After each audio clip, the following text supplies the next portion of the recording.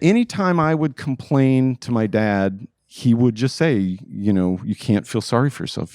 And so you're a one-eyed kid who doesn't like being called Cyclops, and three eyes because I wore glasses, and dead eye, which I liked dead eye because I was a basketball player too. So that one I took. Make it your own. That idea not to self-pity. Another time I said to him in a mopey teenage way, "It's not fair." And he said, "Well, I sure hope I'm not the asshole who told you it would be." And I'm David Duchovny, and this is Fail Better, a show where failure, not success, shapes who we are. We've got something special for you today. Instead of sitting in front of a computer screen like I am right now or chatting inside a studio for this episode, I got to get out into the real world, quote unquote, for a conversation with the author, Jess Walter, my friend. A few weeks ago, Jess and I sat down together at Vroman's Bookstore in Pasadena to discuss his latest novel, So Far Gone. It was a packed house at Southern California's oldest independent bookstore, and Jess and I were thrilled to share our chat with everyone who was there. Now we're bringing that discussion to the rest of you on this very podcast. Jess Walter has written 8 novels, though his most recognizable book is Beautiful Ruins, a satirical setup of Hollywood with the gorgeous backdrop of the Italian coast. Jess lives with his family in Spokane, Washington, which, as you'll hear, is a fixture in much of his work. This is especially true of So Far Gone, which published earlier this year. The book follows Rhys Kinnick, who goes off the grid after the 2016 election. Horrified by the state of the country and by his own spiraling mental health, it picks up 7 years later when his old life has caught up with him. He sets off to track down his missing daughter and save his grandchildren from the members of a dangerous militia. Ultimately, it's the story of a failed husband and father, trying to put back the pieces. But as with all Jess novels, it's extremely funny, all along the way. Aside from being a phenomenal author, Jess is my go-to buddy to text about basketball, and he's not too shabby on the court himself, though he's since hurt his knee. So here's our chat at Vroman's Bookstore in front of a live audience, including a few friendly dogs.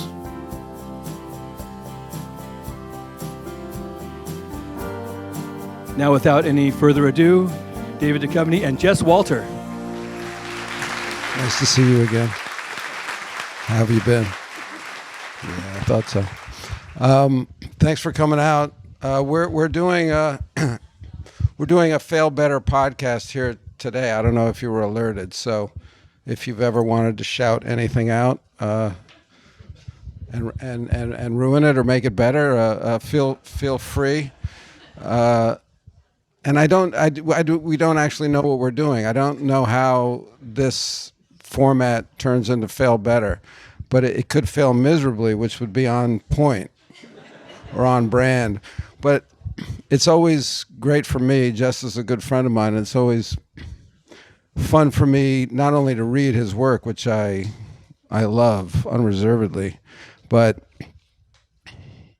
he's really screwed me this time because as I said, the podcast is called Fail Better, and I was really hoping that he would come in here with terrible reviews and poor sales, and we could talk about what a disaster this book is, and how is he ever going to bounce back from it, and all the things that we like to talk about on the podcast. But he's screwed me because the book is doing great. It's selling great.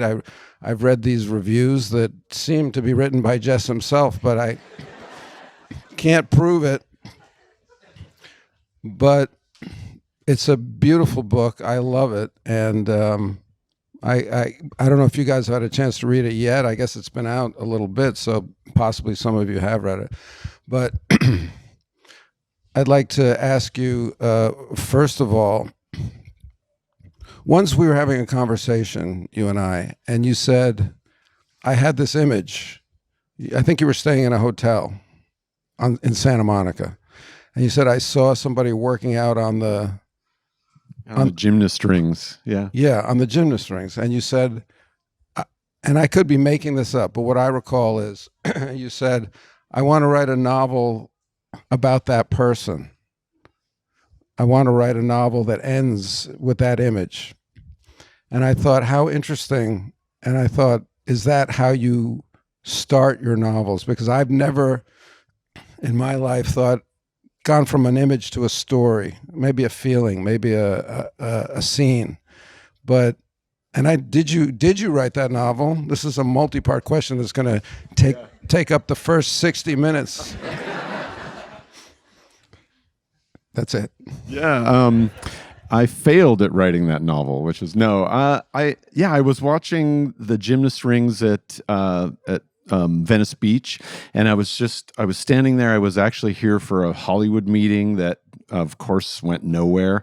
But it was around Christmas time, and they had a big Christmas tree in front of the window at the which hotel? Shutters. No, it wasn't Shutters. It was Lowe's, wasn't it? Lowe's. It was, yeah, you know that tree. Yeah, and I was standing there, and if you're not from LA and you spend Christmas time in LA, it makes you a little wistful and sometimes even worse. And so I was missing my family, looking out this window, thinking about my ambition. I was just watching. It was like 5 in the morning, and 5:30 in the morning, someone was walking down the Strand, this woman, and she just set her stuff down and started swinging from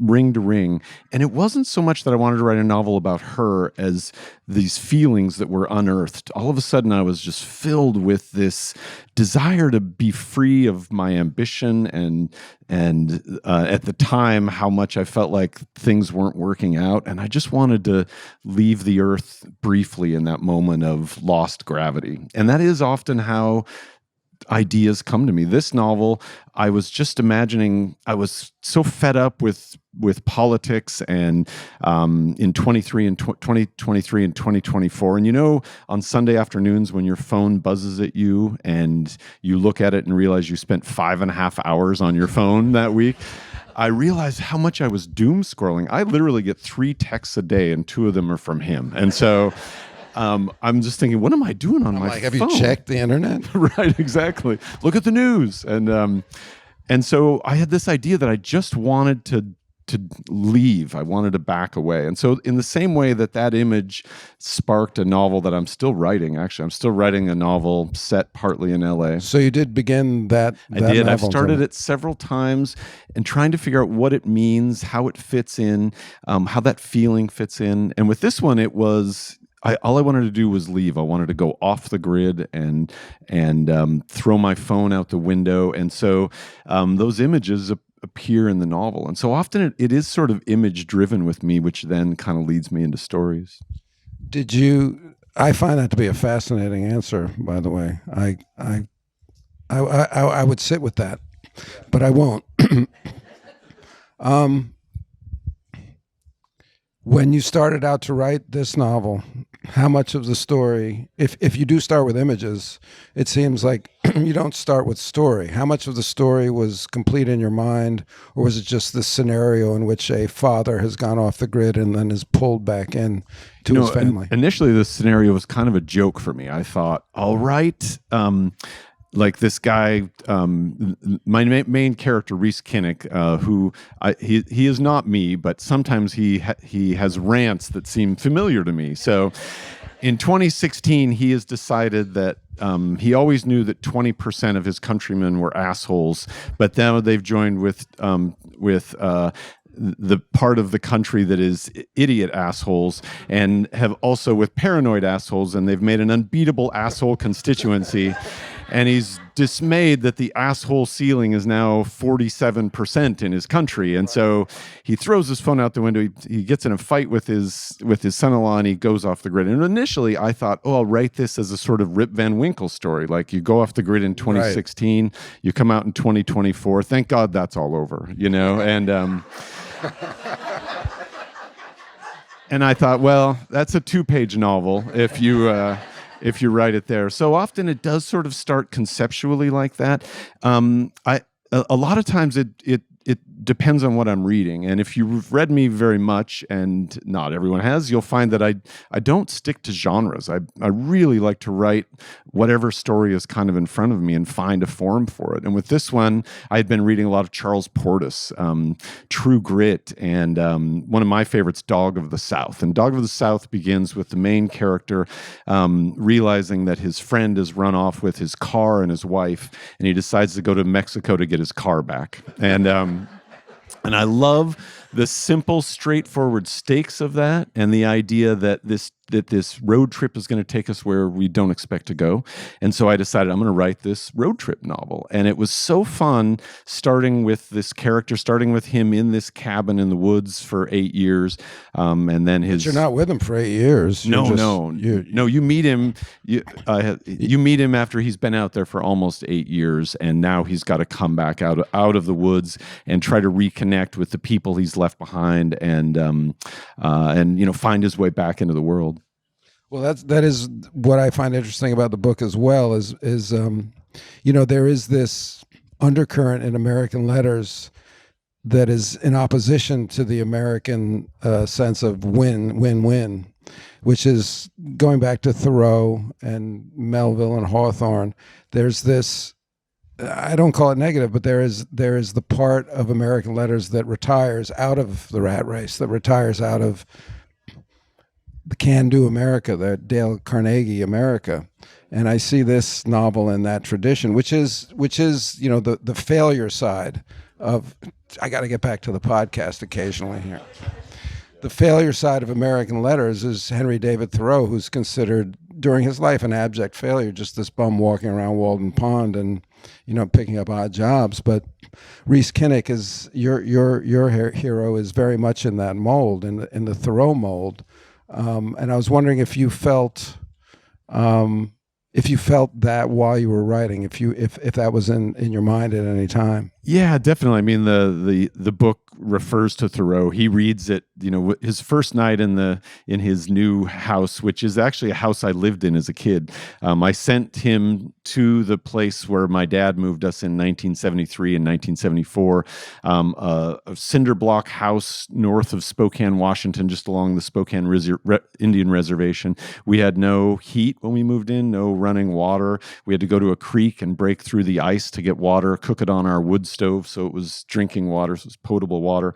And that didn't last very long. We ended up getting, a lot of those conveniences, but I decided I would send him to that very place. And the first night he is reading Walden when he hears raccoons upstairs. And my literary hero, Kurt Vonnegut, always said when people would ask him for writing advice to cut the first chapter and put a villain in it. And so I can think of nothing more villainous than raccoons upstairs. And so it very much kind of, I think, runs through the novel, and that whole, from Bartleby the Scrivener all the way through, one of my very favorite stories. I grew up in Spokane, Washington, which is not a literary. I love how you managed to not have to do any research for this book. I did, No, I truly admire that. Well, I had just laid my staff off, and they're the ones who do the research. No, I don't really have a staff. I really did sort of say, I'm going to go to the places that I know I'm going to. I wrote this really feverishly quicker than anything I've written. To talk about failure, Beautiful Ruins took me 15 years. My most well-known book. I don't think any of my books are famous, but my most well-known book took me 15 years, and that's 14 years of not getting it, of coming back to it and finding your way back into it. And this one, because I was writing this road trip, I thought it's going to cross borders. He's going to meet up with people who were his friends, who are now angry with him, who have to be his allies. He's going to have these monsters to fight at various stages. And then after crossing a couple borders, like any good journey, like the Odyssey, he's going to come back home. And so I did have a structure that was easy. And then I had these places that I thought, oh my gosh, I can write about this place I've always known. Even one of the allies who helps him, there's a retired police officer named Chuck, who is bipolar and probably the worst person you could take on this mission to rescue his grandchildren. And but he comes from a cop who actually returned a stolen bicycle of mine. You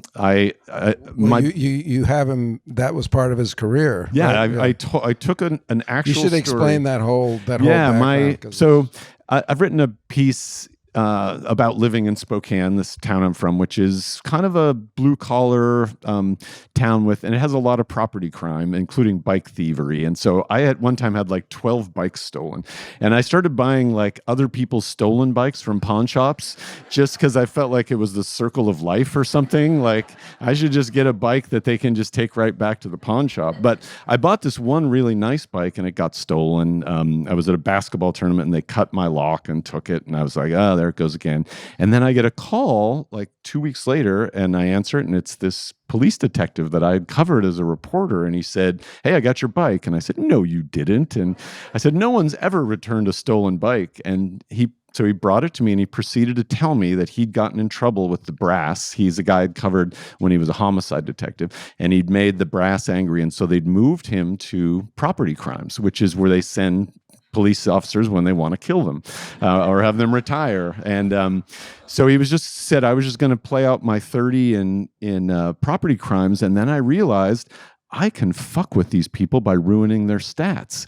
And so he said, I decided I'm going to solve every crime. And so he would just get the printouts of everything that was stolen, go to every pawn shop in the city, make them show receipts, because at least 40% of that stuff is stolen. And then he would just fill his pickup and just go return everything. He said, I have contractors weeping. They're like, I've worked in this city for 30 years. I've never gotten a wrench back. And anyway, so he returned my bike, and I'm like, I'm going to put you in my novel. So yeah, I was sort of, I carried. I loved his last day at work. Everybody was like, "Get the fuck out of here!" Yeah, get out of here. Right? Yeah, he's changed the solution rate from 3% to like 4.8 or something, but they'll never get that to that level again of solving crimes. So yeah, so much of what I was.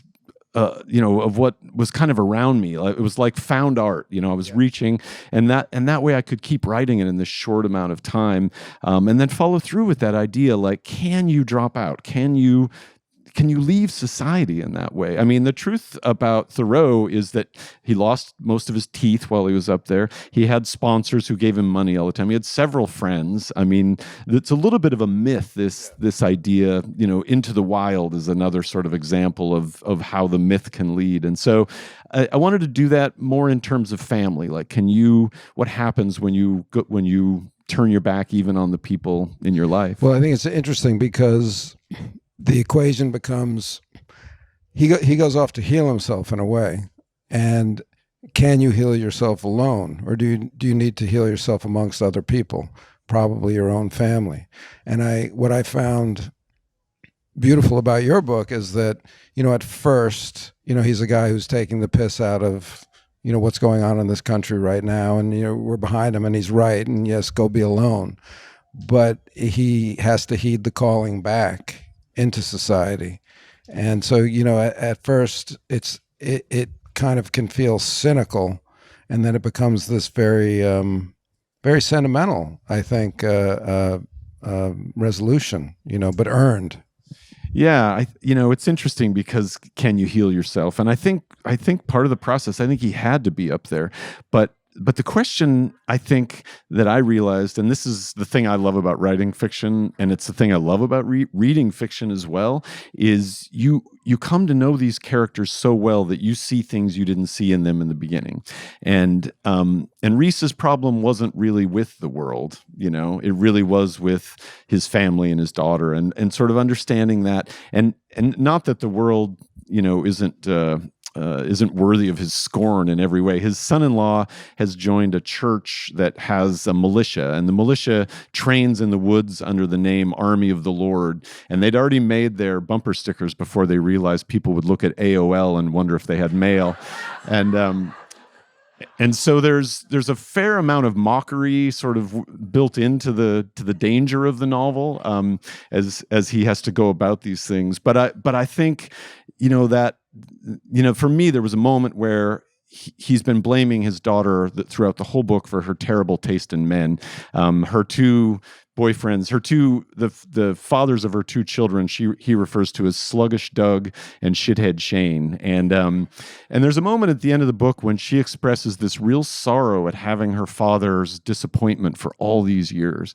And in that moment, you understand the depth of her hurt, but also what Reese really has to fix, which is he's not going to be able to fix this cultural divide we've fallen into, this reality gap, where we have two different sets of information that's so much more dangerous than the generation gap of 4 generations ago. But he can solve this thing with his family, which is the real issue. Well, what I find interesting in listening to you talk about that relationship it's rhyming with the way you talked about your relationship with the characters, where Reese has to see something more in his daughter than he was willing to see before, just as you see more in the characters. And I wonder how exciting that is when you're writing. And no, I don't want to ask that personal question. If you've taken that kind of morality that one learns maybe when one writes like that, to allow yourself to be surprised by a fictional character, to allow yourself then to be surprised by a real person, I mean, it's a little coy asking that question because I've read your books where I think the same thing, where, You called me coy. where, Ridley is, a very similar story in some ways. I probably stole it unintentionally from The Reservoir. Well, I didn't want to say, but are your lawyers here? But somebody will. But I think that it really is my favorite part, and I crack myself up writing, and I make myself sort of weepy writing. Yeah, and I think when I was a young writer, I was afraid of sentimentality, and because of that, I think I was afraid of sentiment. And it's a different line for every reader, every human being. But if I make myself feel something really deeply, and it reflects back, for me, there's a moment when I'm writing. And I often write about characters who are nothing like me. Reese actually does share a few. We're both ex-journalists. He's far more cantankerous than I am, but he shares some qualities. But when I'm writing about characters who are nothing like me, often I'll feel as if my humanity is bumped into something I recognize in them. And in that moment, it's so thrilling to realize that you've almost transferred yourself into another person. I have no acting background, but I've always thought of myself as a writer as one of those character actors who you don't really know their name, but you've seen them in like 40 things, and that quality of being able to sort of take on some other persona and then write them until the point when you understand them. And it's why fiction reading builds empathy, is because that same process is happening as you're reading, I think. But you mentioned Vonnegut, and Vonnegut said this very interesting thing about Indianapolis, which is where he was from. And he was saying how we've lost something in our culture, and this is 30, 40 years ago already, where we don't get local fiction. We don't get local storytellers. He said, well, God made some people fast. He made some people super smart and mechanical. And then he made some people really good at telling stories. And each place, if you think of the ancient Greek world, it's tiny. Indianapolis, even at that time, was bigger than the entire ancient Greek world, which gave us most of the stories that we're still playing around with right now. So I wonder, like you are an example of somebody who has stayed in Spokane, continues to write about Spokane. And I wonder if that had ever entered your mind, as I'm going to sit here and I'm going to be the goddamn poet of Spokane. Can I mention who you played in a film recently? Yeah, he played Kurt Vonnegut. You just played Kurt Vonnegut in the film. So I think sometimes he's like trying to be my friend. So it's a little too hard sometimes, but it's okay. It's funny because I had the opposite feeling, honestly. I did not want to be the poet of Spokane. I thought that my hometown was the kind of place you could only succeed by leaving. And so for years, I dreamed I will leave Spokane. And I was a dad at 19 and loved that. And then had parents with illness and had more kids. And there was a moment where I sort of felt like Jimmy Stewart in It's a Wonderful Life, where at the end of the film, everyone's so happy that you stayed in your hometown. But that New Year's party at the end when they're singing Auld Lang Syne feels like it's gone on for like 10 years now, because people keep coming up and thanking me for writing in Spokane and staying in Spokane. And I love the whole title and idea of your show, because there was a moment when I realized that staying in my hometown had allowed me to fail, had allowed me to ground out to the shortstop a few times. And I remember the first few times I came to LA, I was sort of terrified because I ceased existing in my own set of expectations for myself and started existing in other people's. Same thing whenever I'm in New York. There's an invisible scale that I suddenly put myself on. And like most scales, like most ladders, we never look down and think, oh, I'm luckier than those people. We only look up and think, oh, I'll never have that. I won't be as good as that. And I remember sitting in an agent's office in the 90s, waiting to go into a meeting, and I had on a T-shirt and a sports coat, as I always do, and my little round glasses. And I looked around, and there were 13 of us in the waiting room, all with our notebooks, waiting to go pitch our ideas. And I thought, oh my God, I'll just be one of these guys if I move down here. And staying in Spokane began with the idea of seeing the place for what it is and with its real beauty. My wife and I had just gone to Italy for the first time, and we went to the Cinque Terre, and I thought in 1997, I thought, this is the kind of place you write a novel about, not the mall in my hometown. So I began making notes for that novel, and it was the whole time we were in Italy. It was like every sense was wide open. I was just describing things. I was curious. How do these fishermen get their boats back in? You know, what's in this soup? Like I just felt like I was. You sound really annoying. We'll have to ask your wife about that. I did sound about 70 there, didn't I? What's in this soup? But I just felt like I was seeing the world with traveler's eyes. And when I got home, I thought I want to bring that same attention to my hometown. And it's a really unique place. It's a turn of the century city that sort of stopped growing. It's a 250,000 people in a metro of 600,000, but it's nowhere near anything else. So it's isolation. It's got the biggest urban waterfall in the world running through the middle. So it's a beautiful, amazing place with this natural beauty and with poverty that I first thought was the opposite of what a fiction writer should write about. And a kind of diminished sense of achievement, I guess. So, I mean, talk about failure. I thought this Spokane was the kind of place where if I didn't leave, I would be doomed to failing as a writer. But when I started describing the place as it really is, and there's one essay I can turn to in a book of mine called We Live in Water, called Statistical Abstract for My Hometown, Spokane, Washington, where I identified what I was. Great title, by the way. Thank you. Thanks. Really, really rings. It rings, yeah. It's weirdly though, it is one of the few things of mine that ever went viral because of one statistic in there. It was number 6. There are more adult men per capita riding children's BMX bikes than any other city in the world. And I don't see how that's provable or disprovable. Well, that's the great thing about the statistics in this piece. And but it was in that moment I was getting emails from all sorts of Spokane people and texts and pictures, and then from around the world, like people in Belgrade would send me pictures of grown men on BMX bikes, and it was wild to have this one observation about the place, but realizing that my self-loathing was because I grew up poor and white and uneducated, that I was sort of loathing myself, and so writing about the place and learning to love its sort of grittiness. And I'm so proud of the fact that in Spokane, until recently when we got Zillow drunk like everyone else, a teacher could afford a house, and so you live in a place that maybe feels like its level of achievement isn't as high, but it makes it a kind of a more democratic place. And man, I've come to love that in my writing, and to think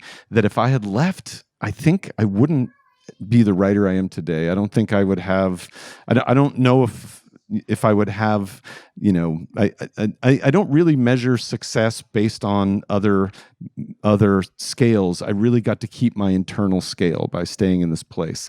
And for a first generation college student with no writers in their family, to publish anything seemed like a triumph. And so every time something good happens in publishing, I kind of feel I feel this amazing sense of surprise and love for the place that kind of groomed me. That's beautiful. I think what is worth noting in all that is the richness that you can get from the specificity of where you're at, you know. And I think we can be in danger of losing that because we live, as we said earlier, we live on the phone, we live in the abstract, we live in the world in general, we live all over the globe all the time. And I think we can get in danger of losing the genius that comes from being specific and from staying at home, from staying in Spokane in this case. And I suppose that's what Vonnegut was, the other thing he was talking about. That's what he was talking about, exactly, yeah, I think anyway. You mentioned your family, and I know you get a lot of attitude from your dad in a way, and a lot of your posture towards the loser or a loser or what losing is. And I wonder if you could speak a little about him, because I think, you know, we can talk about Reese as being you or not you, but I never met your dad, and I don't really know much about him, but I felt like there was a lot of him in that character. Yeah, there was definitely a lot of my dad in the character of Reese.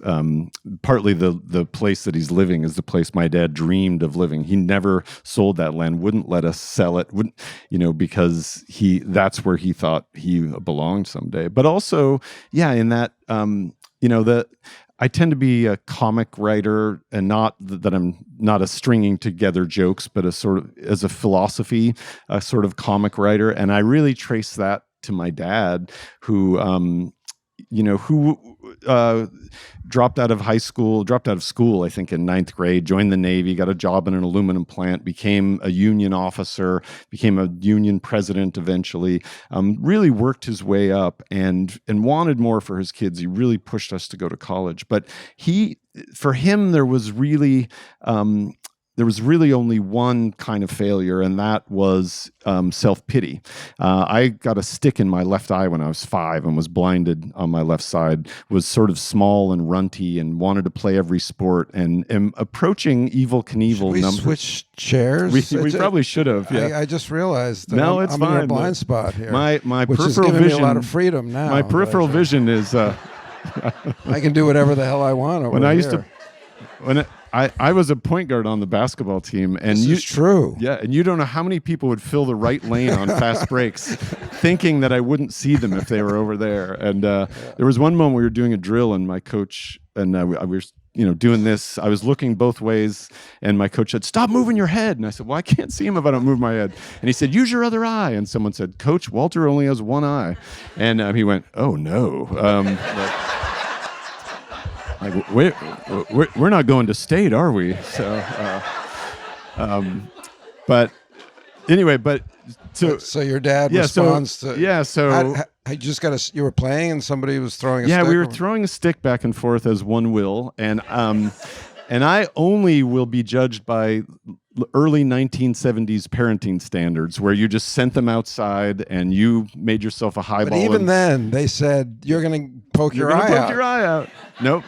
I swear nobody warned me. That was 70s style. That was the 70s, yeah. And so, anyway, I got a stick in the eye. I had to have 3 surgeries. I had to wear an eye patch. How old were you? 5. And I wore an eye patch off and on until I was 8. And then at some point, and I also was, that helps make you clumsy and accident prone, but I really am approaching Evel Knievel numbers and broken bones at this point. I'm like at 13 or something. So, and I continue to play sports and do everything. And I think it was my dad who, and this is a really refined idea that I think I got from him, and I can remember these times when these things he would say would resonate. And the one I remember the most, I was 8 or 9, and we had just moved back from that farm we lived on, that house, and they were having a World's Fair in Spokane, Expo 1974, the first environmental World's Fair. Do you remember the Crying Indian ad? That came from Expo 74,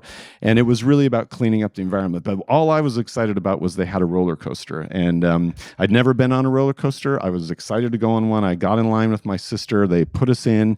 They put the bar down. I knew from the Brady Bunch that you raise your arms on a roller coaster, and so it started out, and bam, my face hit the bar, and I was just spewing blood. It wasn't dripping. It was flying out of my mouth. And the carny, they went about 3 feet. The carny stopped it, lifted the bar, got me off, and sent me back to stand by my dad. And without missing a beat, my dad, without looking down, said, "How was it?" And now think for a minute. If your show is about failure, that's about as failed a roller coaster attempt. Now, let's say I had gone on the roller coaster and it had been great. I would have a roller coaster ride. But what I had instead is a really funny story. And my dad knew how funny that was. I spat laughter and blood. Even at that age? Even at that age, I thought that is so funny. And my dad had that just incredibly dry sense of humor. My mom was really quiet. She'd been sort of abandoned by parents. And so we all wanted to make her laugh. My dad, my brother, me, my sister. And we were all very funny. We tease each other relentlessly. And any time I would complain to my dad, he would just say, you can't feel sorry for yourself. And so you're a one-eyed kid who doesn't like being called Cyclops, and 3 eyes because I wore glasses, and dead eye, which I liked dead eye because I was a basketball player too. So that one I could make it your own. But he would just say, and I'd come home and say, these kids are picking on me, and he'd teach me how to box and send me back to school, and that. That idea not to self-pity. Another time I said to him in a mopey teenage way, "It's not fair." And he said, "Well, I sure hope I'm not the asshole who told you it would be." And and I was just like, so he would say he would have these moments of brilliance that I think formed the idea in me that not only is what we think of as failure not failure, but it's incredibly entertaining and instructive, and it also creates a connection. It does with everyone. Everyone knows that feeling. Yeah. Everyone does. What I would like to ask you about is, you talk about that moment where you're making yourself laugh or you're making yourself cry, and it sounds masturbatory in a way, but it's not. I can tell you, it's what you do it for. It's like, oh my God. But what happens when that's not the reaction that you get? What happens? I mean, I like to joke that you've lost every award, but you succeed a hell of a lot. But there are those moments when you're pitching, and we've gone through it together, where we're trying to make a movie or a show and we get rejected. And how do you deal with that? How do you deal with the disconnect between, I know when I sat there that it was firing, and I was feeling, and I was laughing, and I was crying. How did it fall down? How did it not get? This book seems to be getting a response that surprises you, because as you said, it happened very quickly for you. And I remember when you told me about it, you're like, it's kind of short. I don't know what it is. But I mean, I've read the reviews, and they're fantastic. So that's the other side of it. It's like, success. Yeah, it's boy, that's such an interesting question, because I always say that when it's a shitty question. That is a shitty question now that I think about it. I always say, that is an interesting question. While you're thinking how do I answer something else that is not that stupid question? I have to say, the first time we were doing a pitch meeting and David introduced me as he's lost every major American writing award, it was the sort of compliment that I could totally live in, because that means I was nominated. So yeah. Well, yes. Yeah. Losing those awards, that's a win. No, that's a win. But I mean, just in terms of reception. That question, though, it really is, I think, fascinating, because the thing that you have to arrive at as any kind of artist is a trust in yourself, in a way. I like this, other people will like this. And sometimes your sense of it is off. It's like miscalibrated in some way. And this happens for me with humor sometimes. Like, I do have to sort of I don't ever want the pathos and the suspense to get lost because I've been trying to be funny. And so I'll sometimes, and I had a good friend named Jim Lynch say, another writer friend who defined my writing as stand-up tragedy. And I loved that. And when I'm hitting that, I feel like I'm doing what I should do. And so, writing all those years, I would show it to friends and they would get back to me. And that is one of the strangest things, is when the thing you think you've done hasn't hasn't come through.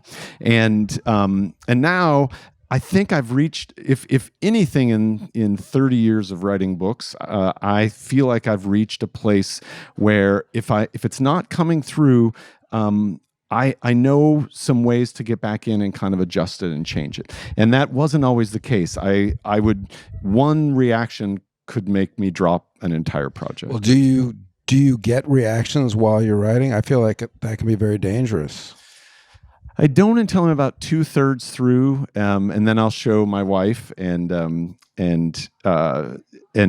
gauge her response. She's a terrific editor. Sometimes I'll show my agent or other friends. I have other writer friends. I'll show a little bit. I sort of get to a point where it's almost like I've gotten to this spot on the hill, and I want someone to tell me, yeah, this looks great. I don't show it to too many people, and I keep it pretty close to the vest until I know it's really great. And at some point I want to get my agent involved, and all that stuff takes over. But there's a sort of selfish side too, where I want people to be like, oh my God, that's so funny and so sad. And I want the encouragement to kind of push me over the finish line. Right. Before we open up to questions, because we'd love to do that and get you guys on the show as well. I think when you were saying that, I was thinking about myself.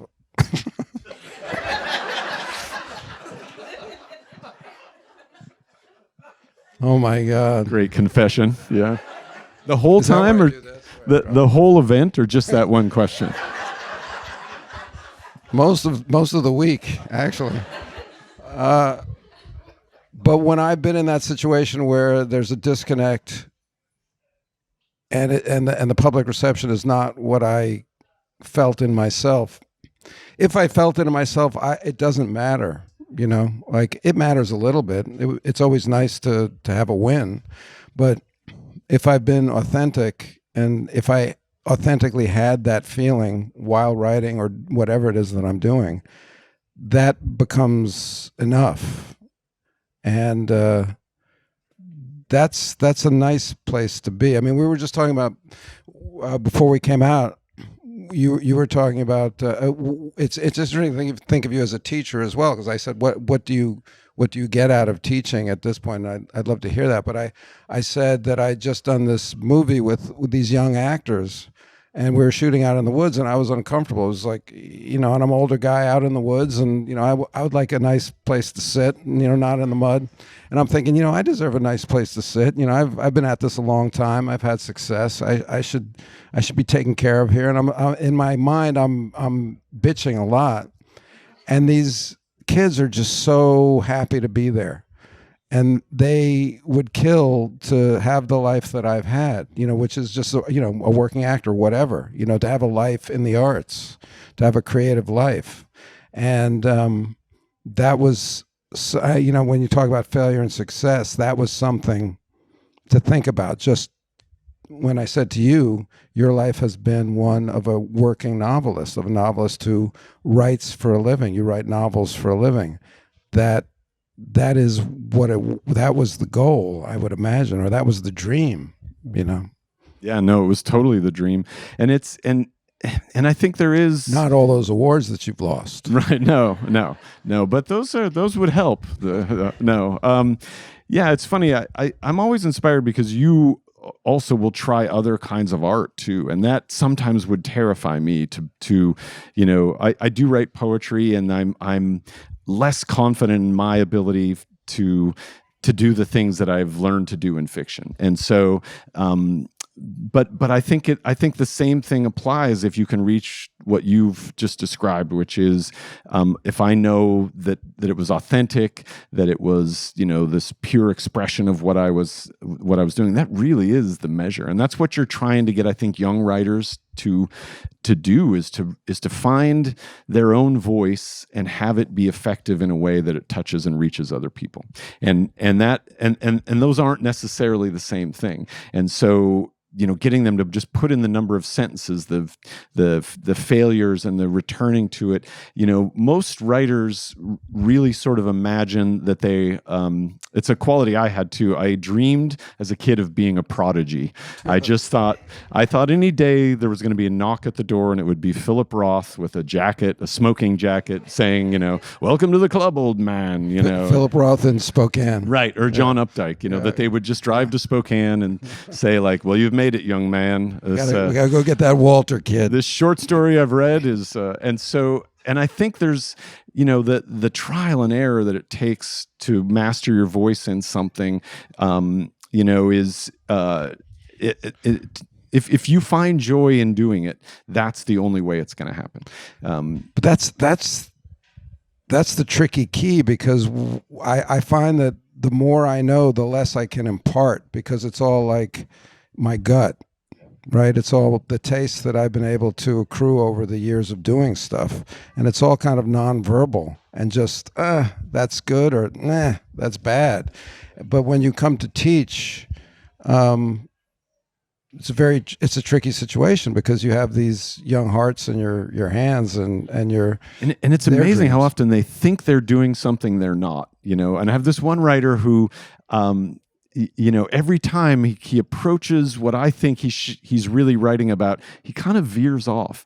And this was a writer in his 20s that I taught at the University of Iowa at the Writers' Workshop. And I thought, well, he's not there in his life yet, and when he's there in his life, he will understand that I think this is where his craft has taken him. I also could be totally wrong, Yeah. But I think, in watching him, I thought, I think he'll get there because he gets close, and then I think it's a kind of fear that kind of has him fall away, a fear of the thing I talked about before, sentimentality, and I think when he writes into the thing that's, that he thinks he's dodging, is when he'll get there.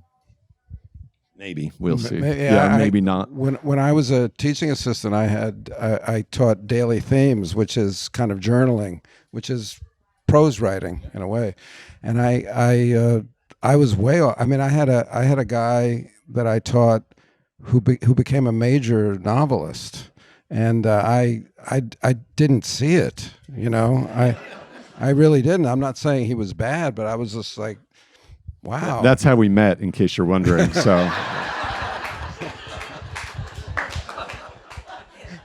So forgive me. Forgive me those C's and B's. No, I mean, Sorry. What could you do? Yeah, there's only so much I could listen about the one-eyed jump shooter. There's no limit on how much you'll hear about that. We could spend another hour, Jess and I could spend another hour teaching you how you should be watching basketball, but we're going to spare you that. Let's open up to some questions. Hi. You mentioned your reporting career. I was wondering if you could tell us a little bit about it and how it may have informed your writing, your novel writing. Yeah, my reporting career. I started at a newspaper when I was 19 as a sports intern, covering high school sports, and then worked my way sideways, I guess, to a zoned reporter, and then I became a police reporter, and I sort of loved that. I loved the thrill of doing something different every day. I wanted to be a novelist since the time I was 12 or 13. When we were kids, my sister and brother and I wrote a magazine called Reader's Indigestion. It was like Reader's Digest. And we would, and so that's how we played. We played writing stories and, being journalists. And so I always dreamed of going to the Iowa Writers' Workshop. I wanted to study with Vonnegut, with John Irving, later with, Marilyn Robinson, such amazing writers there. It wasn't really in the cards for where I'd come from, and so journalism became my path to being a writer. And it was, for me, the greatest MFA I could have gotten. I was at writing every day. I got over sort of the fear of publication. You do something different every day. You have this incredible sense of curiosity about the world that you get to satisfy, and you start to understand systems. And I think, unlike maybe people, if I had just gone college, then grad school, and then been a novelist, I think that tends to be a more internal look at the world. And I think because of my journalism background, I was always looking out at the world, looking out at describing things and people. And it's one of the great heartbreaks for me now is that local journalism is in such dire straits. And one of the reasons I think we're so divided, when people say they don't trust the media, what pops into their head, I think, is usually CNN or the New York Times or Fox or, whatever media they don't trust. They aren't thinking that the media used to land on your front porch and it would tell you, who the honor roll kids were and how the basketball team did at state and why there's still a pothole in front of your house. And we've lost an entire generation of local journalists, some of whom, like, Joan Didion and William Kennedy and Pete Dexter, made for amazing novelists as well. So yeah, it's one of the reasons I made Reese a reporter, is I really, really mourn the loss of that career that I had. Yes, I'm glad you mentioned Beautiful Ruins, because I just finished that and just blown away by it. It's just a phenomenal book. And I looked up, and it was optioned for a movie, which I don't think it could work as a movie because there's just so many characters. Any thoughts on, hoping that maybe a series? Or Well, you're not alone in thinking that it wouldn't work as a movie. That does seem to be a pretty widespread opinion at this point. It was so close several times. But that's a very good question because, and I don't mean that in the way that I usually say that's a very good question, because streaming and the advent of the mini series again has opened up, I think, a whole new area where you can take good novels. It's usually pretty shitty novels that make great TV because they're real plot oriented, and you can see it. What a great novel does is not what a great movie does. But if you can get 8 hours, you can get inside a great novel like Beautiful Ruins. So I think at the end of your question there is very well taken, that it is possible, I think, in this day and age now, when we're seeing more 8-hour attempts at trying to create that world rather than a 2-hour attempt. I would think that it is possible, more possible. I would like that to happen. And yeah, there were a couple attempts to make a film. Todd Field and I wrote a script that was really concentrated on just the Italy portion of the novel, which I think was one way to do it. And then Sam Mendes tried to make it for a while, and some guy, what's his name, Spiel, he optioned it. He had it briefly, and I thought, Steven Spielberg? And then he decided to make The Fabelmans instead. So different. There have been different sort of, it's come close a few times, but I love the idea of a limited series or an unlimited series. No, that would make no sense. I'd love the idea of a limited series. I was told that those big prestige ones sort of became dead ends because you can't make a second and third and fourth season. And so the streamers made a few for a while and they thought, well, wait a minute. Why can't we make The Gentleman of Moscow Part 2 and 3 and 4? Why can't he go to Berlin or Budapest? There are ruins all over the world. Right, there are ruins everywhere. More beautiful ruins. Yeah, exactly. So I don't know. I'd love to see it happen. If we really want to talk about failure, I will talk about my Hollywood career, but that would take like 6 hours of podcasting brilliance. We'll talk a little bit about that. I mean, no, but in the sense, like, what feels like failure there to you? I mean, it's kind of a lark, right? Because you never really thought of it that way. You didn't think I'm going to be a novelist and they're going to turn my novels into movies. Yeah, it's come so movies are very important. I lived next to a drive-in theater from 13 to 18. No, 10 to 18, and we built a tree fort and watched the movies from which was wild. It was like having the worst seats in center field, and trying to call balls and strikes, and so, but we also couldn't hear, and so we had to cut a speaker one day, and my friend and I wired it all the way back to our tree fort. Remember the speakers that used to hang on the car window? Yeah, and we covered it with dirt and took it up the aluminum fence and put it in our tree fort, and we were sitting up there with popcorn when we saw the theater manager just walking toward us, pulling And he followed the dirt wire straight up to our tree fort, where we're just like, we had shorted every speaker behind the ones, we'd taken one from the middle so they wouldn't notice, and we had shorted every speaker beyond that. So when they'd gone to test it that night. So anyway, I love movies, and partly from that childhood, I did want to write them, and it is, and it's so speculative. It's way, what I love about writing a book is if I finish it and the publisher likes it, it comes out. And that's all in your control. And I love the collaborative part, but the collaborative part means 30 things have to come together. And that was a hard lesson sort of for me to learn. And then I realized how much, in the same way, I love the work. I love, there could not be less success in what David and I have worked on together, but I just get to hang out with David and just like chat about stuff and write stories we think are cool and do research into things that may make something. And if it gets made, I've done the same work, And so especially if you get to a point where they pay you a little bit, then you're doing the work you would do anyway. And if something great comes out of it, that's an amazing bonus. If something marginal comes out of it, I don't know how I would feel. But most of my books have been optioned at some point. I've adapted some of them, and then I've written some other things. I really consider it kind of a hobby that I should care about more, but don't. So, because fiction writing is what I love more than anything. Well, I'll say, I've been on these meetings and on these Zooms with Jess, trying to set up a couple 3 shows or movies that we've been through now, and I just can't believe that they're not hiring this guy to write for them. I just don't know what to say after a certain point. But hopefully we'll be able to work on something at some point. But because it's not just, again, with Jess, it's not just the plot of the novels. It's also his dialogue is so movie-worthy. His dialogue is so human and so funny. It's like, I don't know what the fuck you people aren't seeing. Like, it's not like trying to make Joyce's Ulysses into a movie. It's like you can see these scenes. You can see this dialogue. So, I'm frustrated for you. It might be me. I had another person that I think it is you that I pitched with. That I pitched with, who said, "You have to stop scoffing at pitch meetings." And I said, you don't scoff, but the sense of the sense of play is sometimes misplaced.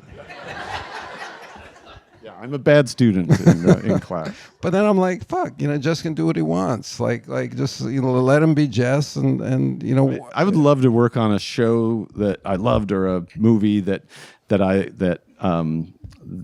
thought was great. It's so much of that ends up being out of your hands that to worry about it, to me, if a project comes up, great. If not, I just work on the next novel. How do you conceive of the idea if you were responsible for running a show and, say, writing 12 episodes? Do you like the idea of that pressure to deliver in the next 6 weeks as opposed to taking your time to write a novel? How does that feel to you? Boy, that kind of responsibility sort of scares me. It's what you do with a novel. See, that's the kind of thing you don't say. I know. See, this is the problem right here. Here. Ladies and gentlemen, your showrunner is scared. I would be terrified of all those people relying on me. I'd be like, can we get David a chair? All he does is complain that he needs a chair. I would no. I'm way too empathetic to be a showrunner. I would just not sleep. It'd be too hard for me. Hey Jess, I was curious with the Zillow apocalypse in Spokane, and hopefully it doesn't go the way of Portland and Seattle. But first of all, do you think it could? Second, for your writing and even for yourself, what is that changing nature of Spokane? Like whether it's impact on future writing or how you approach writing, I'm just curious.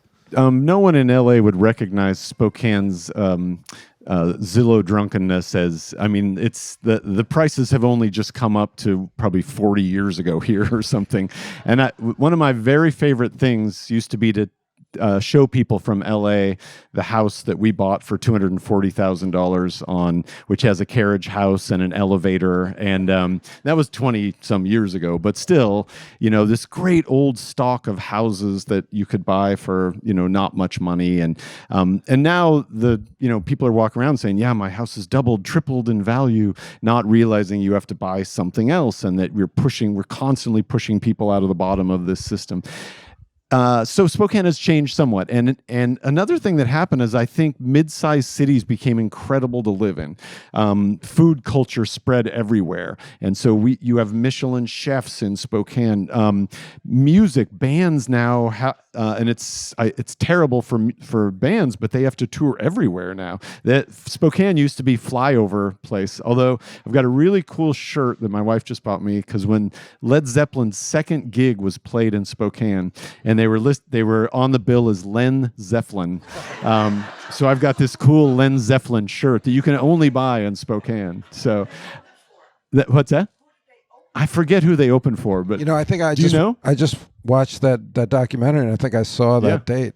Oh, did you? Yeah, I think they anyway, but so Spokane has gotten better in so many ways, the music, the culture, but in that same piece I wrote that in Spokane you're never more than 3 blocks from a bad neighborhood, and I love that. I love the fact that we live in a kind of economically diverse soup of houses, and that hasn't changed. You have those places that are kind of your barometer. Mine is the Maxwell House Tavern, the oldest bar in Spokane, and you used to go in there and the cocktails were $5, and there was the same row of old guys sitting at the bar, like from the minute it opened until it closed. And it was bought by these young people, and they put in they fixed up the sand volleyball court, and they got better food, and now drinks are $6.50, and the same old guys are still sitting at the bar, and so as long as those old guys are there, and when a seat opens up they give one to me, then I feel like the city retains its dive bars are still dive bars. It just still feels authentic to me in a way that I don't think it's going to be spoiled. One of my favorite things is how Spokane people now sort of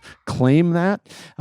Portland for a while they had these shirts and posters you could buy that said "Keep Portland Weird," and Spokane has shirts and posters that say "Keep Spokane Kinda Gross," and I love that. That's awesome. I think it was vanilla fudge. Oh, I got it right? All right, guys, I think we have time for one more question. Hi. I want to know more about the friendship. Like, how did you two meet? Were you purely discovering each other? performative. It doesn't exist outside of this. You know how it goes. Well, was it through Taya? It was through... Yeah, it was a film that we were working on that kind of fell apart, but David really, was a Beckett scholar. He has the education I dream of, and really is like as intelligent as anyone I know. I have writer friends, and we have the most engaging intellectual conversations. But most of what we talk about are basketball, kids, and mostly basketball. And we both play. We both love it. Jess has a full court game that he's in. Still, I think he's playing it, which is crazy at his age. But I had to do reshoots for a movie called The Joneses with Demi Moore in Spokane. And I went up there and I said, "Hey, Jess, I'm in Spokane." And he said, "Come run in this basketball game." So I got to... But I didn't tell him who he was. And guys are playing, they're looking at him like, that guy looks like David Duchovny. But... there's no way no way he's coming to Spokane. And so, to this day, they're not quite sure, was that really who that was?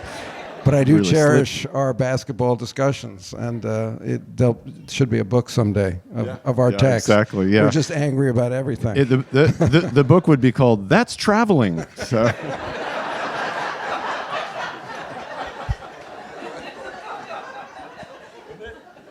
When is that okay? You didn't used to be able to do that. Yeah. All right, I think What's that's in this soup?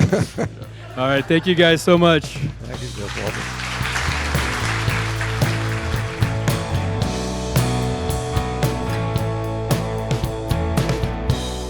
Thanks so much for listening to Fail Better. If If you haven't subscribed to Lemonada Premium yet, now's the perfect time because guess what? You can listen completely ad-free. Plus, you'll unlock exclusive bonus content like the full version of my post-interview thoughts that you won't hear anywhere else. That's more of my recaps on interviews with guests like Chris Carter and Emily Deschanel. Just tap that subscribe button on Apple Podcasts or head to lemonadapremium.com to subscribe on any other app. That's lemonadapremium.com. Don't miss out. Fail Better is a production of Lemonada Media in coordination with King Baby. It is produced by Keegan Zema, Aria Bracci, and Donnie Matias. Our engineer is Brian Castillo. Our SVP of Weekly is Steve Nelson. Special thanks to Carl Ackerman, Tom Kupinski, Brad Davidson, and Jonathan Smith. The show is executive produced by Stephanie Whittles-Wax, Jessica Cordova-Kramer, and me, David Duchovny. The music is also by me and my band, the lovely Colin Lee, Pat McCusker, Mitch Stewart, Davis Rowan, and Sebastian Modak. You can find us online at Lemonada Media, and you can find me at David Duchovny. Follow Fail Better wherever you get your podcasts, or listen ad-free on Amazon Music with your Prime membership.